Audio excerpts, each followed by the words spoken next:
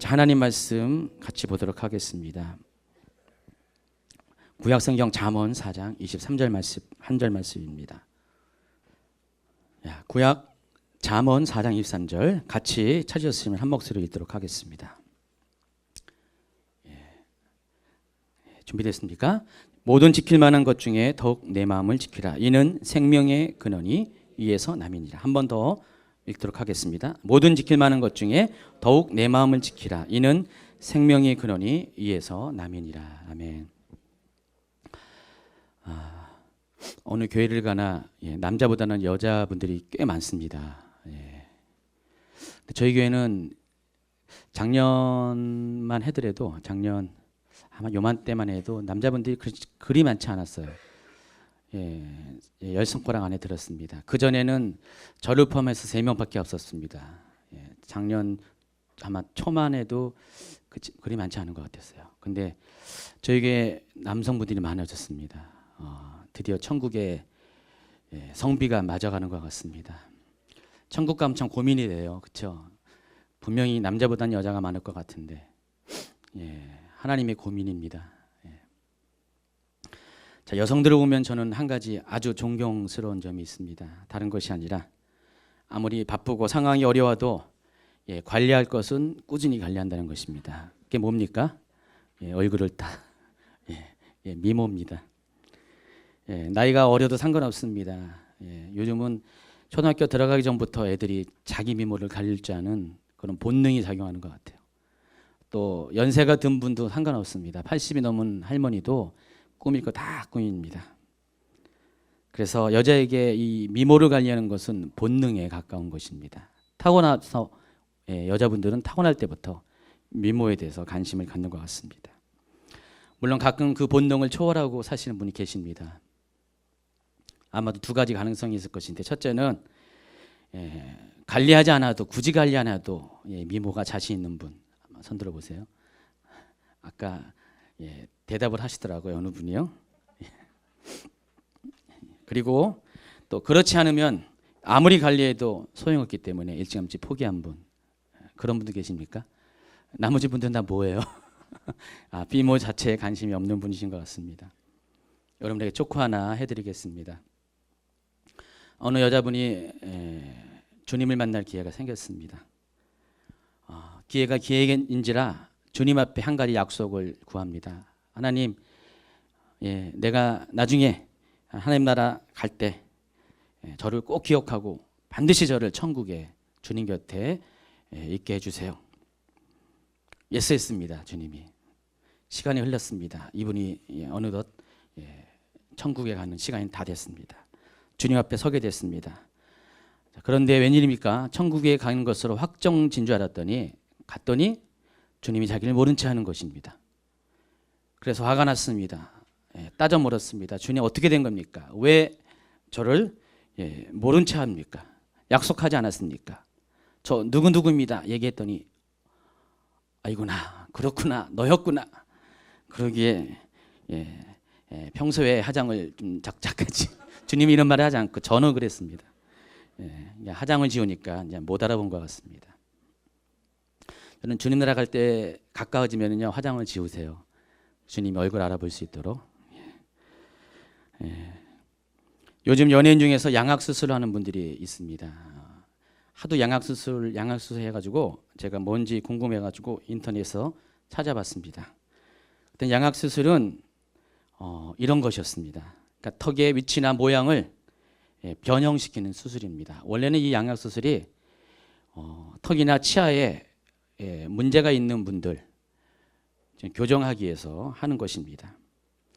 이 악이라는 것이 턱을 가리키는 것입니다. 그래서 상악과 하악이 있습니다. 두 개의 턱이 있습니다. 이것을 양악이라고 하죠. 두 개니까. 그래서 그것을 수술하는 수술법을 말하는 것입니다. 이 양악 수술은 턱을 먼저 두 개로 분리하는 작업을 한다고 합니다. 여러분, 아무리 마취한다 해도 여러분 턱을 끄집어내서 이거를 두 개의 뼈로 나눈다는 거 쉽지가 않죠. 그리고 그런 다음에 원하는 모양으로 깎고 다듬어 가지고 원하는 위치에 탁 갖다 놓는 것이 양악 수술입니다. 그래서 이런 수술하는 사람들을 보면은 얼굴 모양이 많이 달라지는 것을 나중에 보게 됩니다. 원래는 이것이 치료 목적으로 이렇게 시작한 것인데 치료 목적 외에 한 가지 더 좋은 점이 있습니다. 그것은 환자의 외모를 극적으로 좋게 만들 수 있다는 장점이 있다고 합니다. 그래서 많은 분들이 이 양악 수술을 요즘 하는 것 같습니다. 그런데 이 양악 수술은 심각한 부작용이 있습니다. 잘못하면은 출혈 직후, 출혈 중이나 직후에 출혈이 생겨가지고 이것이 문제가 돼서 고질적인 빈혈과 저혈압 현상을 가져오게 한답니다. 부작용입니다. 또 수술하는 과정에서 여러 가지 신경이 손상이 될 수 있기 때문에 이로 인해서 때로는 안면마비 같은 그런 증상이 오게 된다고 합니다. 그리고 감염이 있을 수가 있어서 감염으로 인해서 조직이 괴사되고 심하면 골수염까지 유발된다고 합니다. 또 양악 수술 후에 골격이 변하기 때문에 기도가 좀 위치가 변하게 됩니다. 그래서 잘못하면은 수면 무호흡증이 생길 수가 있습니다. 잠잘 때 여러분 호흡 잘 못해가지고 숨 넘어갈 듯한 분이 있죠. 그런 증상이 올 수가 있답니다. 또 수술 후 턱관절의 위치나 가해진 힘이 달라져서 이 관절의 장애, 악관절, 턱관절의 장애를 유발할 수가 있습니다. 아주 심한 경우는 자칫하면 수술 가운데 목숨을 잃을 수 있는 가능성도 배제할 수 없다고 합니다. 그런데 이와 같은 무시무시한 부작용이 있음에도 불구하고 여성들이 이 수술을 감행하는 이유는 한 가지입니다. 오직 한 가지. 오직 한 가지 주님을 바라야 되는데 오직 한 가지 그 미모 때문에 미모를 위해서 이 어려움을 감수하고서라도 수술을 강행한다고 합니다. 그런 면에서 저희 교회는 성도들 중에서 특별히 청년들 중에서 이 수술 안 해도 충분히 잘 살아갈 분들이 많아서 감사합니다. 그렇죠? 대답 안 해? 그럼 수술하려고? 네. 그래요? 대단한 분입니다. 자, 이와 같이 사람들은 각기 자기가 소중히 여기는 것에 대해서 많은 것들을 투자하고 지키려고 하는 애씀이 있습니다. 여자들에게 미모는 지키는 것은 본능과 같다고 했고 또 그것을 해서 목숨까지 거는 이런 분들도 가끔은 있습니다. 또 어떤 분들은 돈 때문에 자기 생명을 다 바친 사람, 명예 때문에, 명성 때문에 자기의 생명까지 다 바친 사람이 있습니다. 가끔 그런 사람들을 봅니다. 이것은 옳은 것이 아닙니다. 하나님이 허락하신 우리 자신을 위해서인 것이 아니라 우리 자신에 속한 어떤 것을 위해서 생명까지 다 바치는 것은 전혀 하나님의 뜻이 아닙니다. 자, 이런 분들에게 성경은 다음과 같이 말합니다. 마가복음 8장 36절 7절입니다. 사람이 만일 온 천하를 얻고도 자기 목숨을 잃으면 무엇이 유익하리요? 사람이 무엇을 주고 자기 목숨과 바꾸겠느냐? 여러분의 목숨은 다른 것 어떤 것과도 바꿔서는 안 됩니다. 외모에도 바꿔도 말아야 되고 돈하고도 바꾸지 말아야 되고 명예와도 바꾸지 말아야 되고 심지어 여러분이 사랑하는 어떤 사람을 위해서도 바꿔서는 안 됩니다. 목숨은 굉장히 중요한 것입니다. 그런데 목숨을 바칠 각오로 우리가 지켜야 할 것이 한 가지 있다고 성경은 말합니다. 오늘 본문 말씀이 그것입니다. 다시 한번 읽도록 하겠습니다. 모든 지킬 만한 것 중에 더욱 내 마음을 지키라 그랬습니다. 성경은 모든 지킬 것 중에서 마음을 지킬 것을 강조합니다. 왜 그렇습니까? 답이 뒤쪽에 나와 있습니다. 이는 생명의 근원이 마음에서 나기 때문에 그렇습니다. 여러분 마음 가운데서 생명이 납니다. 그러니까 여러분이 마음을 지키지 못하면 생명을 잃어버릴 수도 있다는 것입니다. 그렇기 때문에 어차피 그 생명을 잃어버리면 아무것도 아니기 때문에 그 생명을 지키기 위해서는 그 생명을 내놓아야 된다는 것입니다. 목숨을 다해서 마음을 지켜야 한다는 것입니다. 자, 생명의 근원이 마음에서 나온다는 것을 좀 더 구체적으로 이해하기 위해서 이 잠언 4장 23절을 다른 번역을 한번 읽어보도록 하겠습니다.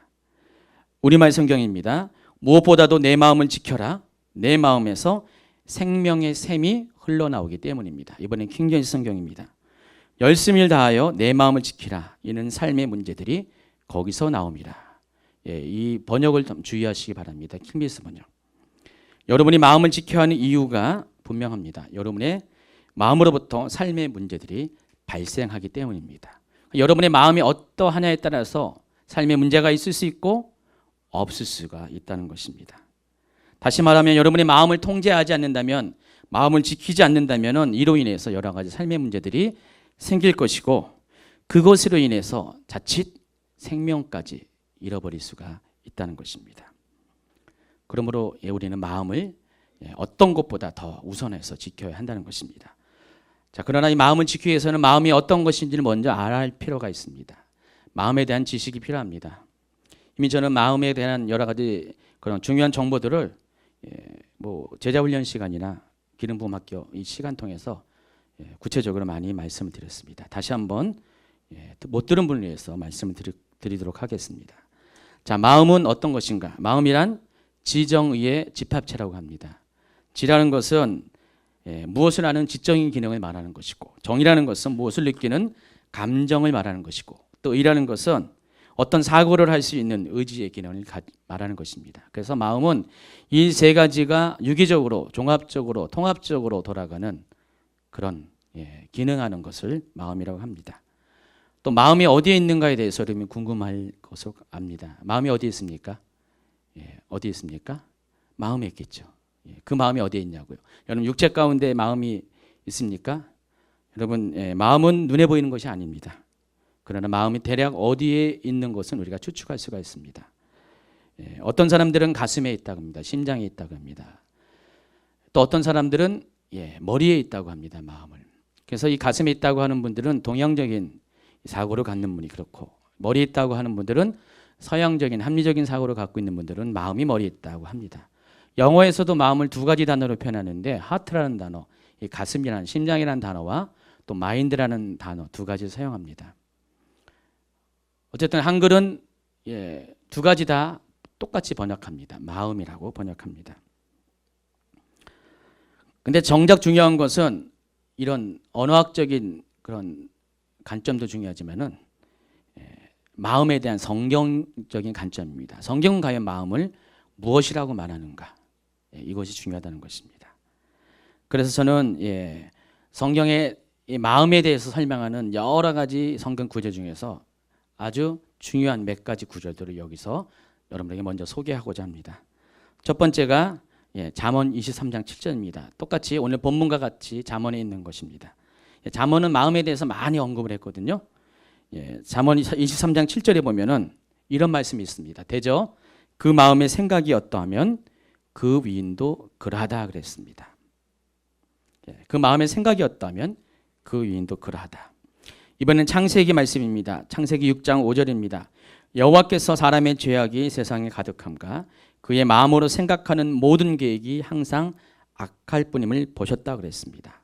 마음으로 생각하는 모든 계획이라고 그랬습니다. 또 신약의 마가복음 말씀입니다. 7장 20절 21절 말씀입니다. 또 이르시되 사람에게서 나오는 그것이 사람을 더럽게 하느니라. 속에서 곧 사람의 마음에서 나오는 것은 악한 생각이라고 했습니다. 그리고 악한 생각의 종류에 대해서 쭉 열거를 합니다. 이번에는 누가복음 말씀입니다. 6장 45절입니다. 선한 사람은 마음에 쌓은 선에서 선을 내고 악한 자는 그 쌓은 악에서 악을 내나니 이는 마음에 가득한 것을 입으로 말함이라. 또 요한복음 말씀입니다. 13장 2절입니다. 마귀가 벌써 시몬의 아들 가룟 유다의 마음에 예수를 팔려는 생각을 넣었다 그랬습니다. 마음에 생각을 넣었다 그랬습니다. 이와 같이 성경에서 마음과 관련돼서 자주 언급되는 단어는 생각입니다. 그러니까 마음과 생각은 따로 떨어뜨릴 수 없는 아주 중요한 연관성이 있습니다. 그래서 마음은 어떤 것인가? 성경이 말하는 마음은 바로 그릇에 비유할 수가 있습니다. 무엇을 담는 그릇이요? 생각을 담는 그릇이 마음이란 것입니다. 지금 여러분 마음 안에는 지금 수많은 생각이 있습니다. 제 얘기를 들으면서도 지금 생각하고 있죠. 그렇죠? 집 생각하고 자녀 생각하고 있고요. 내일 뭐 할 거, 걱정거리 다 생각하고 있죠. 귀는 들어도 이 마음속에 여러 가지 생각들이 여러분 지금 혼합되어 있습니다. 저는 여러분이 뭔 생각하는 것을 생각하고 있습니다. 어쨌든 마음에 어떤 생각이 담겨지는가에 따라서 그 사람이 누군가가 결정이 되는 것입니다. 마음의 생각은 곧 그 사람입니다. 아까 읽어드린 잠언 23장 7절이 바로 핵심을 찌르는 결정적인 마음에 대한 그런 설명하는 구절인 것 같습니다. 다시 한번 읽어드리면 대저 그 마음의 생각이 어떠하면 그 위인도 그러하다. 여러분의 마음의 생각이 여러분 자신이라는 것입니다. 마음은 이런 것입니다. 근데 중요한 것은 오늘 주제는 마음에 대한 것을 얘기하는 것이 아니라 그 마음을 어떻게 지켜야 하는가를 설명하는 것입니다. 그래서 지금부터 말하는 것이 본론입니다. 우리가 마음과 관련돼서 두 번째로 관심 가져야 할 것이 어떻게 해야 마음을 지킬 수 있는가에 대한 문제입니다. 근데 이 질문에 대한 답을 내리기 위해서는 두 가지의 관점에서 우리가 접근을 해야 됩니다. 첫째는 마음을 먼저 청결히 해야 된다는 것입니다. 그러니까 마음을 지키기 위해서는 그 전제가 여러분의 마음을 깨끗하게 비우라는 것이죠. 그 다음에 마음을 지키라는 것입니다. 이 순서가 바뀌면 안 됩니다. 마음을 지키는 것을 먼저 하고 이 안에 있는 내 마음 속에 있는 것들을 청결하지 않는다면 말짱 도루묵이라는 것입니다. 먼저는 여러분의 마음을 깨끗하게 비운 다음에 그 깨끗한 청결한 상태를 지키라는 것이 성경의 뜻이라는 것입니다. 마태복음 5장에는요 8가지의 복이 소개되고 있습니다. 그래서 팔복이라고 합니다. 이 팔복의 6번째 복이 마음과 관련되어 있습니다. 마음이 청결한 자는 복이 있나니 저희가 하나님을 볼 것이요 그랬습니다. 마음이 청결한 것이 복이 있다고 그랬습니다. 그 이유가 뭐라고요? 그 청결한 상태가 되어질 때 하나님을 볼 수 있기 때문이라고 했습니다. 여기서 청결이라는 단어가 헬라어로 카타로스라는 단어를 사용합니다. 그리고 이 단어에서 여러분이 잘 알고 있는 카타르시스라는 단어가 왔습니다. 이 카타로스라는 단어는 더러워진 것들을 불로 태워서 흔적을 완전히 없애는 것. 또 때묻고 더러운 옷을 세탁해서 깨끗하게 만드는 것. 이것을 카타로스라고 합니다. 그러니까 청결하다는 것은 여러분 안에 있는 어떠한 세균도 완전히 불에 태워가지고 한 마리도 남지 않게 하는 것. 그게 카타로스입니다.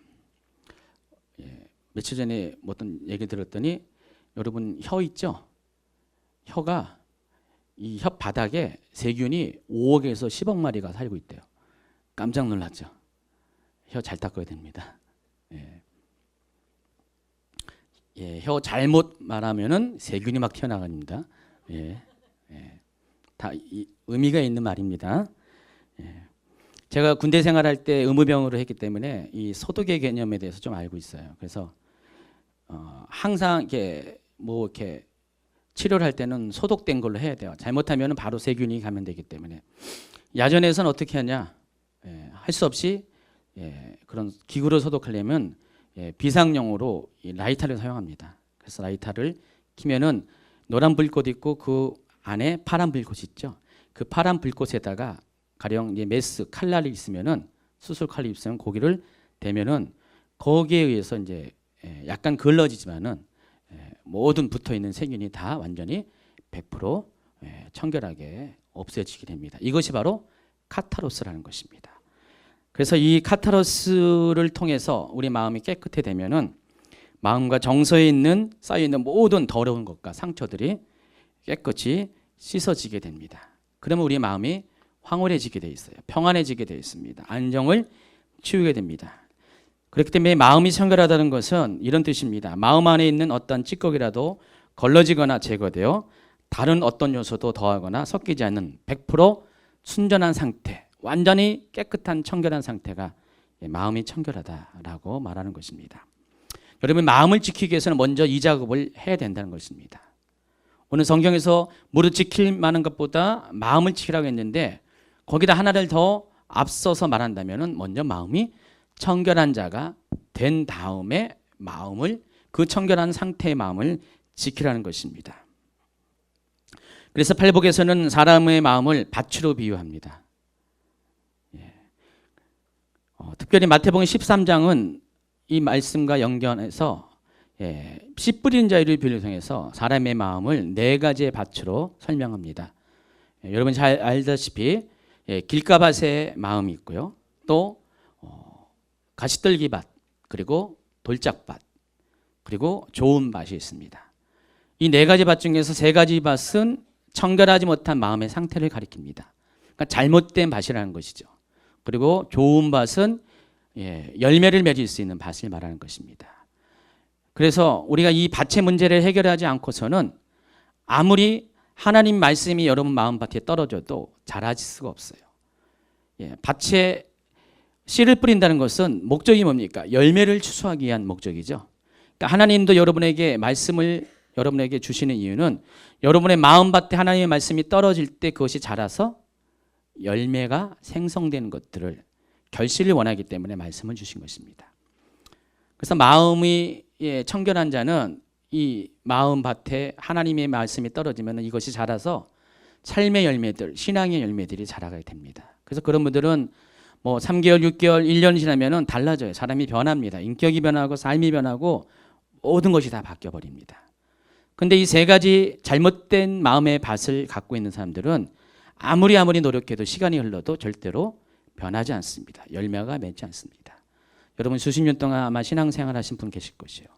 뭐 이제 집사님이 되고 권사님이 되고 장로님이 돼가지고 연륜으로 따진다면은 남부럽지 않은 신앙생활을 하신 분이 있습니다. 그런데 그분들의 삶에 열매가 없다.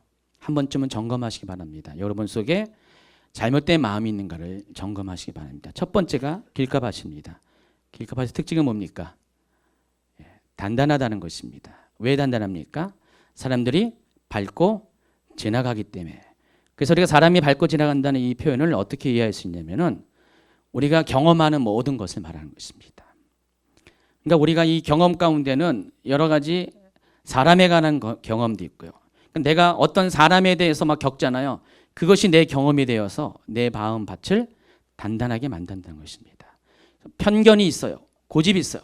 그 사람에 대한 고집, 어떤 상황에 대한 고집이 생긴다는 것입니다. 또 이것으로 끝나는 것이 아니라 여러분 속에 있는 전통들 있죠. 특별히 교회에서 많죠. 교회에 오래 다닌 사람일수록 그런 전통이 많이 있습니다. 성경에 보면은요, 바리새인들이 이 단단한 밭의 문제를 많이 갖고 있는 것을 알 수 있습니다. 그래서 맨날 장로의 유전을 자꾸만 얘기해요. 그러니까 장로의 유전을 성경보다 더 중요하게 여깁니다. 중요한 것은 성경 말씀인데, 하나님 마음인데, 그래서 예수님이 아무리 말씀을 전해도 다른 사람들은 다 받아들여도 어떻게 됩니까? 바리새인들은 이것을 계속 거부합니다. 이런 마음을 가진 사람들은 특징이 뭐라고요? 단단하기 때문에 결과적으로 씨도 안 먹혀요. 여러분 아무리 말해도 씨도 안 먹히는 분 있죠? 옆에 계십니까? 그분이 바로 아마 없을 거예요. 여기서는요. 씨는 적어도 먹히는 분들이라고 봅니다. 씨는 다 먹힐 것 같아요. 씨도 안 먹힌 분 여기 안 오시거든요. 왔다가도 그 다음 주에 또다시 방문 안 하십니다. 두 번째 마음의 밭이 또 문제예요. 두 번째 마음의 밭은 돌짝밭입니다. 이 돌은 상처를 말하는 것입니다. 실은 저희 교회 성도들 중에서 적지 않은 분들이 이 돌 때문에 저희 교회 찾아오신 분이 많이 있어요. 돌 문제를 해결하기 위해서. 목사님, 이 돌 때문에 마음이 아파요. 이 돌 좀 해결해 달라고. 저도 그런 요청 때문에 아주 힘듭니다.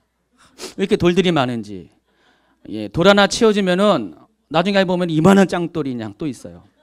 바위돌입니다. 같이 협력해야지 치워내는데 저한테만 자꾸만 돌 치워달라니까. 돌로 인해서 제가 골머리가 많이 있습니다. 이 돌은 상처이기 때문에 이 상처는 외부로부터 들어오게 되어 있어요. 누군가가 여러분에게 돌을 던지면 이 돌은 내 마음이 그릇이기 때문에 쌓이게 돼 있어요. 치워내지 않는 한 계속 쌓이게 되면은 처음에는 뿌리가 내리는 것 같은데 돌로 인해서 어떻게 됩니까? 흙이 얇기 때문에 뿌리가 깊이 들어가지 못합니다. 잠깐 반짝해요. 싹이 나고 잠깐 반짝하다가 해가 뜨면 이내 시들어집니다. 여러분의 신앙생활의 모습이 그런 분이 있잖아요. 잠깐 반짝한 것 같은데 조금 한 달, 두 달 다녀가지고 약간 힘든 일이 생기면은 확 시들어 버려가지고 동굴 속에 깊숙이 잠수하는 분들이 있죠. 돌짝밭의 문제입니다. 이 돌은 종류가 많아요. 여러 가지 짱돌도 있고요, 모난돌도 있고요, 여러 가지 돌들이 있습니다. 이 돌짝밭의 문제가 해결됩니다. 여기까지 해결됐다고 봐요. 근데 또 한 가지 문제가 있습니다. 세 번째가 가시떨기. 이 가시떨기는 원수가 와서 심었다고 그랬습니다. 뭡니까? 악한 자가 와서 마귀가 주어지는 여러분 안에 생각입니다. 그러니까 여러분의 마음에 하나님이 주신 마음, 하나님이 주신 생각 말고 또 다른 생각이 숨어 있다는 것이죠. 이게 두 마음입니다. 이거는 도작법보다는 더 깊이 들어가서 이제 잘합니다. 근데 문제는 결실을 못 맺는다는 것이죠. 잘하긴 잘하는데 뭐가 됩니까? 가라지가 되죠. 이 가라지는 내가 다 잘했다고 생각하지만은 추수 때 어떻게 됩니까? 하나님이 가라지는 따로 모아서 불로 태워 없앤다고 했죠. 이 추수 때는 심판의 때를 말합니다. 그러니까 여러분이 천국을 갈 것이라고 확신을 하고 있는데 마음속에 이 두 마음을 품은 사람은 하나님 앞에 갔을 때 아까는 얼굴이 화장을 해가지고 못 알아볼 정도지만은 그래서 주님이 다시 알아보면 그 사람은 천국 갈 수가 있어요. 근데 이 사람은 이 문제를 가지고서는 천국 문 앞에까지 갔지만은 천국엔 들어가지 못하는 그런 불행한 자가 된다는 것입니다. 그래서 이 문제들이 다 해결해야 돼요. 그럼 이 해결된 밭을 가리켜서 좋은 밭, 옥토라고 합니다. 거기에는 씨를 하나를 뿌려도 아주 잘 자랍니다. 예수님 당시 이 비유가 행해질 당시에 한 알의 씨를 뿌리면은 보통 10배의 결실이 맺어낸 것이 상례였어요. 근데 예수님은 이런 밭에 좋은 밭에 씨를 뿌리면 어떻게 된다고 그랬습니까? 100배, 60배, 30배의 결실이 맺어진다는 겁니다. 아주 좋은 열매가 다양하게 많이 풍성하게 맺어진다는 것입니다. 그래서 우리가 이렇게 마음을 청결히 한다는 것은 이런 게 좋은 복이 되는 것이죠. 근데 여기가 끝나는 것이 아닙니다. 오늘 주제는 이걸 얘기하는 것이 아니라 그 마음을 그렇게 청결히 된 마음을 어떻게 지키는가 이 문제를 다루고 있습니다. 그래서 마음을 지킨다는 것은 생각을 지킨다는 것과 같은 의미라고 말씀을 드렸습니다. 그러니까 우리 마음 안에 들어오는 생각이 어떠한지를 잘 분별해서 옳은 생각은 취하고 하나님으로부터는 생각은 취하고 나쁜 생각, 악한 자가 주는 생각은 버리게 되는 것. 이것이 마음을 지킨다는 것입니다. 아까 읽어드린 요한복음 13장 2절에 보면 마귀가 벌써 시몬의 아들 가룟 유다의 마음에 예수를 팔려는 생각을 넣었다고 그랬습니다. 자, 이 당시에 가룟 유다는 두 가지 선택을 할 수가 있었어요. 자신이 마음의 기능을 가지고 의지의 기능을 가지고 선택할 수가 있습니다. 이 생각을 취하느냐 버리느냐. 근데 이 사람은 어떻게 했습니까? 마음을 지키지 못했어요. 그렇기 때문에 악한 자가 주는 마귀가 주는 생각을 취했어요. 마귀는 늘 언제나 우리 마음에 이런 생각을 불어넣습니다. 사람을 미워하는 마음, 악한 행동을 하게 하는 마음, 육신의 정욕에 따르는 마음, 안목의 정욕에 따르는 마음, 이생의 자랑을 따르는 마음들을 계속해서 부어놓는데 그래서 할 수만 있으면 택한 백성도 미혹해서 천국에 못 가도록 하는 것이 마귀의 일입니다. 그래서 우리가 이 마귀의 유혹에 미혹에 빠지지 않기 위해서는 날마다 우리 속에 들어오는 마음들을 체크해야 돼요. 점검해야 돼요. 그래서 여러분 마음속에 문지기를 세워야 돼요. 여러분의 마음속에 들어오는 생각들을 계속해서 점검하고 또 점검해야 된다는 것입니다. 여러분 하루에 여러분 마음속에 들어오는 생각이 몇 가지 되는 줄 아십니까?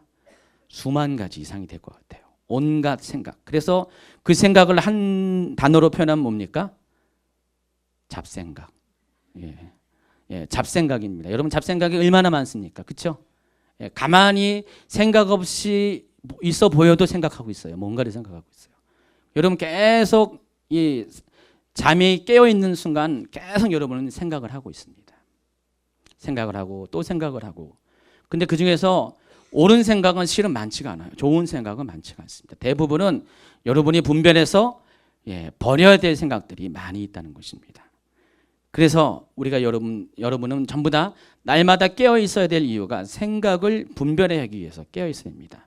그 생각을 분별하면 여러분의 마음이 지켜지게 된다는 것입니다. 만일 여러분이 그 잡생각에 여러분의 마음을 빼앗기면은 여러분은 잡스러운 행동을 하게 돼 있어요. 그래서 이 마음을 지킨다는 것은 굉장히 전투를 치는 것 같아요. 쉬운 게 아닙니다. 한날 마음의 갈등 때문에 이 생각 저 생각. 저도 그런 분들 많이 겪습니다. 정말 아침 생각과 점심 생각이 다른 분들 많이 있어요.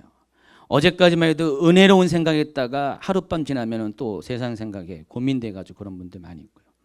저도 다를 바 없고요. 똑같습니다. 그렇죠? 여러분 자신이 그렇죠? 그래서 이 마음을 지킨다는 것은 영적 전쟁을 치르는 것과 똑같습니다. 근데 여러분 전쟁을 치르기 위해서는 뭐가 필요합니까? 예, 무기가 있어야 되고요. 예, 무기는 오늘 여기서 굳이 설명 안 해도 간단히 얘기하면은 바로 영적 전쟁에 능한 무기는 뭡니까? 하나님 말씀인 성령의 검을 말하는 것이죠. 예, 오늘 제가 이제 이 주제와 관련돼서 소개하는 것은 잘 훈련된 군사가 있어야 됩니다.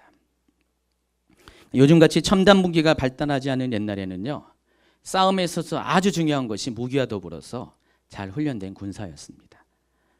또 군사 중에서 일반적인 군사가 아니라 요즘 말하면 특수병과 그런 군사가 필요하죠.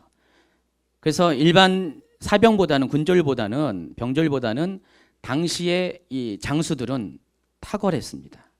적어도 장수 한 사람이 몇십 명의 병졸들을 상대할 수 있는 그런 무예를 갖고 있는 사람이 장수가 될 수가 있었습니다.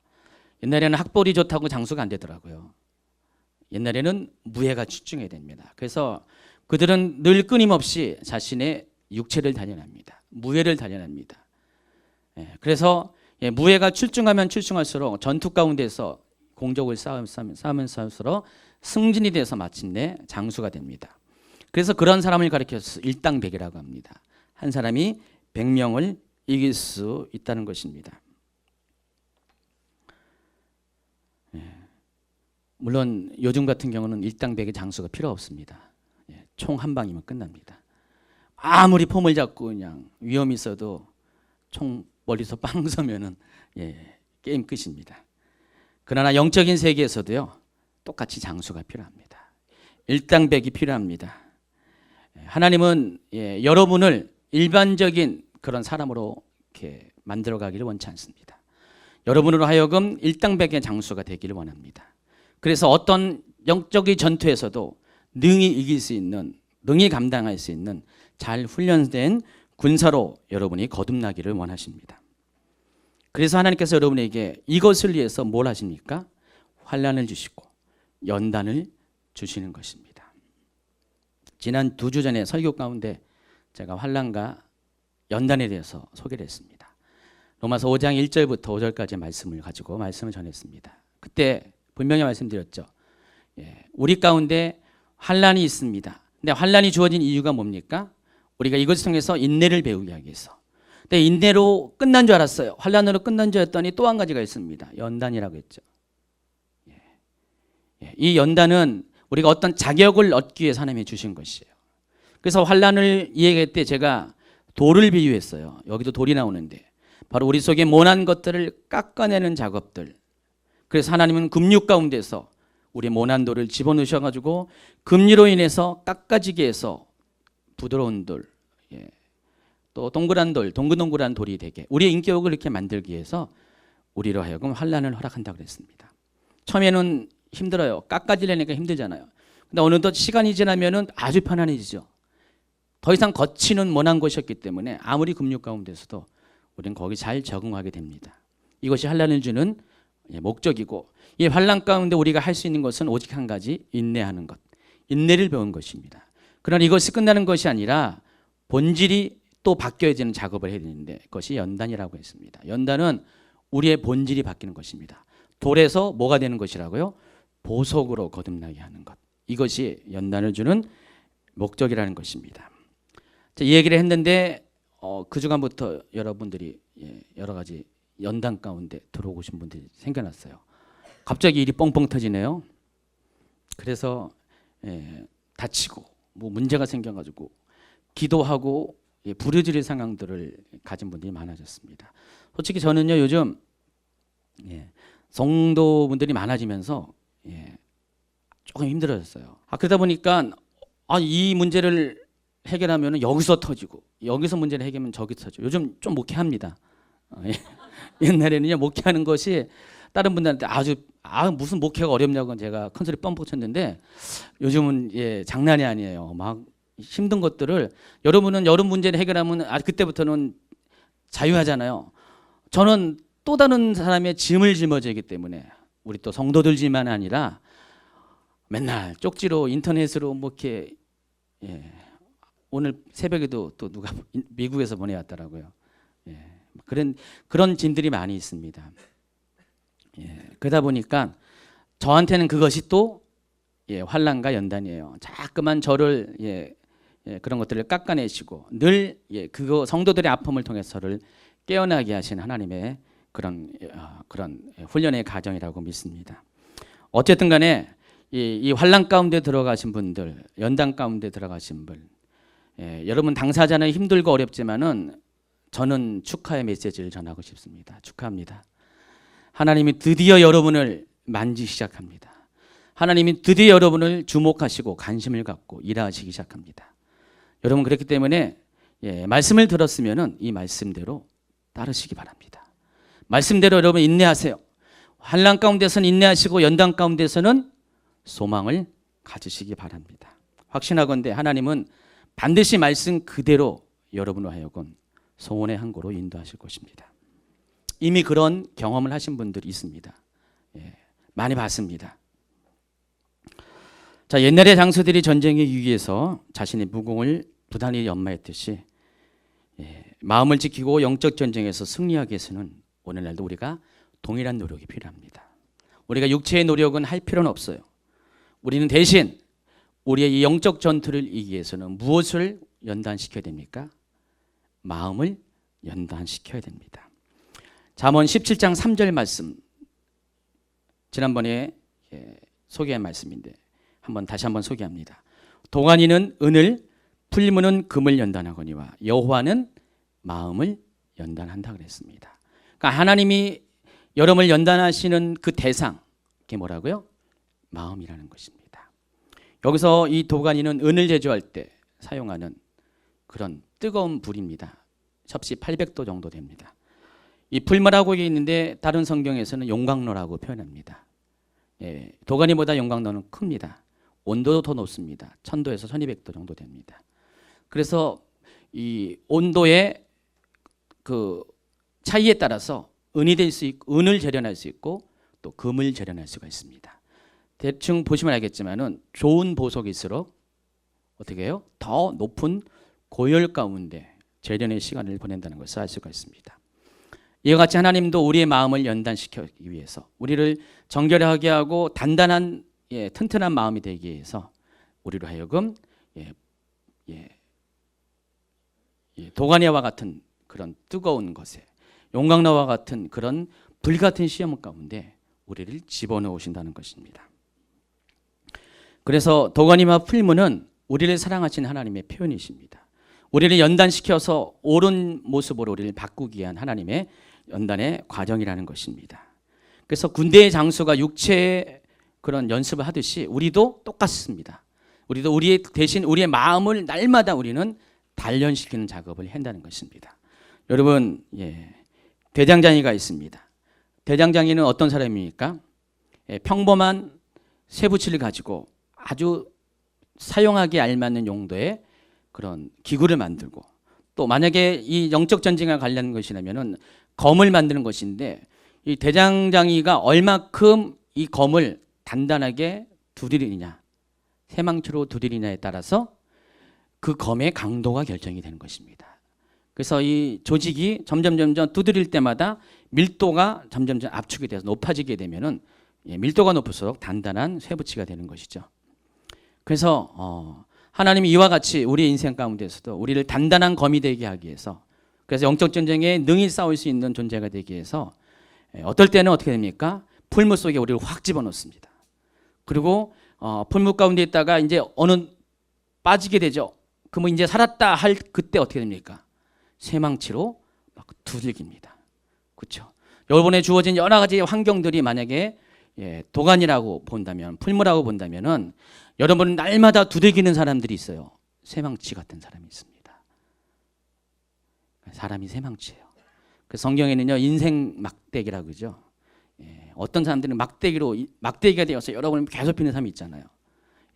바로 쇠망치처럼 여러분을 두들겨 가지고요 아주 강한 사람으로 만들기 위해서 하나님이 때로는 그런 사람들을 허락한다는 것입니다. 자, 이 과정을 통해서 우리는 강철과 같은 존재가 됩니다. 단단한 존재가 됩니다. 그래서 어떠한 싸움 가운데서도 부러지지 않는 그런 검으로서 우리는 서게 될 수가 있다는 것입니다. 그럴 때 이런 사람을 가리켜서 일당백이라고 합니다. 지난주 설교로 인해서 연단의 가정을 진입한 분들에게 다시 한번 건면합니다. 물론 이 자리에 있는 모든 분들에게도 동일하게 건면합니다. 하나님께서 여러분의 연단의 가정을 통해서 결국 여러분을 이끌게 하는 그 궁극적인 그 목적지는 어딘지 아십니까? 바로 여러분의 생명을 살리고자, 생명을 지키고자 하기 위함이라는 것입니다. 이 생명은 물론 영적 생명을 가리키는 것입니다. 여러분이 만약에 훈련되지 않고 연단받지 않고 단단하지 않으면은 어느 누구도 이 영적 전투에서 능히 싸울 수 있는 사람은 없기 때문입니다. 과거보다 지금보다 앞으로의 시간들은 점점 여러분의 마음이 힘들어지는 시대가 될 것이에요. 계속 환경적인 악은 더 증가될 것이고 세방치들은 왜 이렇게 많아지는지 여기저기서 막 나를 두들기는 그런 사람들이 많아질 것입니다. 예전에는 같이 사는 그 사람으로 좋겠는데 이제는 자녀들 문제 가면 갈수록 그래요. 여러 가지 문제들이 여러 가지 사람들이 여러분을 괴롭히고 힘들게 한다는 것입니다. 그래서 여러분은 그것 때문에 때로는 그것 때문에 더 이상 버티지 못해가지고 쓰러지고 나 하나님 그만할래요 하면서 주님 떠나는 사람도 생길 것이고 하나님 살아계십니까? 삿대질하면서 언제까지 그럴 거냐고 하면서 원망하면서 하나님 떠나는 사람이 있을 것입니다. 하나님은 그것을 방지하기 위해서 미리미리 여러분에게 환난을 주시고 연단을 주시고 여러분의 새망치로 두들기셔가지고 여러분을 강하고 단단한 사람이 만든다는 것입니다. 자, 그런 사람에게 마귀가 생각을 가지고 여러분에게 침투해서 자꾸만 여러분을 유혹한다 할지라도 여러분 마음속에 이미 그것이 준비된 사람들은 어떤 생각이라도 능히 이겨낼 수가 있게 됩니다. 그러므로 마음을 지킨다는 것은 생각을 지키는 것이고 이것은 생명을 지키는 것 같습니다. 그리고 이 생명을 지키기 위해서는 반드시 대가가 필요하다는 것입니다. 아름다운 미모를 위해서 자칫 잘못하면 죽을 수도 있는 그 엄청난 양악 수술을 감당하는 미모로 살아가는 여러분이요. 미모에 목숨 걸지 마시고 또 돈에 목숨 걸지 마시고 명예에 목숨 걸지 마시고 여러분이 살아가는 어떤 세상의 어떤 것에 목숨 걸지 마시고 여러분이 목숨을 걸어야 될 것은 한 가지입니다. 여러분 마음을 지키십시오. 이 마음을 지키기 위해서 여러분이 결단하시기 바랍니다. 그래서 하나님 내가 어떤 환난이 온다 할지라도 연단에 올지라도 하나님 나를 두들겨서 더 강하고 더 단단하게 더 온전하게 함으로 인해서 내 마음을 빼앗는 어떠한 원수들이라도 수없이 달려오는 원수들로부터도 내가 이것을 능히 이길 수 있도록 하나님 나를 준비시키는 것임을 인하여 감사합니다. 이 연단은요 어느 정도 하나님 보시기에 합격이 될 때까지 계속 임할 것입니다. 만약에 연단이 끊임없이 이어진다면요 여러분 스스로 생각하세요. 아직 내가 부족하다. 아직은 내 마음이 지켜지지 않았다는 것들을 생각하시기 바랍니다. 하나님 탓하지 마시고요. 다른 사람 탓하지 마시고 내 탓이요 하세요. 내가 준비되지 않았기 때문에 하나님이 여러분 사랑하시기 때문에 그랬습니다. 야고보서는요 이렇게 말했습니다. 징계가 없는 사람은 뭐라고요? 사생아라고 했습니다. 하나님 여러분을 징계를 통해서 하나님이 여러분을 사랑한다는 것들을 여러분이 하나님의 자녀된 것들을 나타내신다는 것입니다. 그래서 오늘 이 지난번의 설교와 어떻게 보니까 이어지는 설교가 되었는데 여러분 이 마음을 지킨다는 것 굉장히 중요한 것입니다. 왜냐하면 생명의 근원이 이에서 남이기 때문에 왜냐하면 인생의 모든 문제들이 마음으로부터 생겨나기 때문에 여러분 무릇 지킬 만한 것 그 어떠한 것보다도 아무리 바쁘더라도 마음은 꼭 관리하시기 바랍니다. 그래서 우리 교회에 마음관리센터 딱 해가지고 마음관리센터를 딱 해야 돼요. 미모관리센터는 바깥에 있고요. 마음관리센터 그 센터를 세워야 될 것 같습니다. 그 방법 중에 하나가 내적 치유도 있을 것이고요. 또 성령으로 우리 속에 있는 조명하는 그런 경험하는 시간도 있을 것이고. 마치겠습니다. 하나님께서 여러분에게 오늘도 이 말씀을 통해서 여러분을 조명하신 것을 믿습니다. 혹 내 마음속에 아직 청결하지 못한 부분이 있는 사람이 있으면은 그것이 단단한 것이 단단한 길가밭의 문제라든지 또 돌짝밭의 문제라든지 또 두 마음이 문제라는 것이 있다면은 먼저 그것을 해결하시기 바랍니다. 하나님 앞에 해결하시기 바랍니다. 여러분 것들을 드러내시고 나를 도우시는 하나님께서, 나를 도우시는 성령께서 나와 함께 계셔서 나의 모든 이 문제를 해결해 달라고 하나님께 요청을 하시고, 또 이 문제가 해결된 사람 스스로는 깨끗해졌지만은 더 이상 스스로는 지킬 수 없는 약함 가진 사람들은 하나님 환난을 통해서도 연단을 통해서라도 하나님 풀물을 통해서라도 쇠망치를 통해서라도 나를 단단한 자가 되게 하옵소서. 나를 온전한 자가 되게 하옵소서. 강한 자가 되게 하옵소서. 일당백의 사람이 되게 하옵소서. 마귀의 어떤 공격에도 능히 이길 수 있는 그런 온전한 자가 되게 하옵소서. 그리스도의 장성한 분량에 이르기까지 성장한 자가 되게 해달라고, 내가 잠시 하나님께 기도하며 나아가는 시간 갖기를 바랍니다.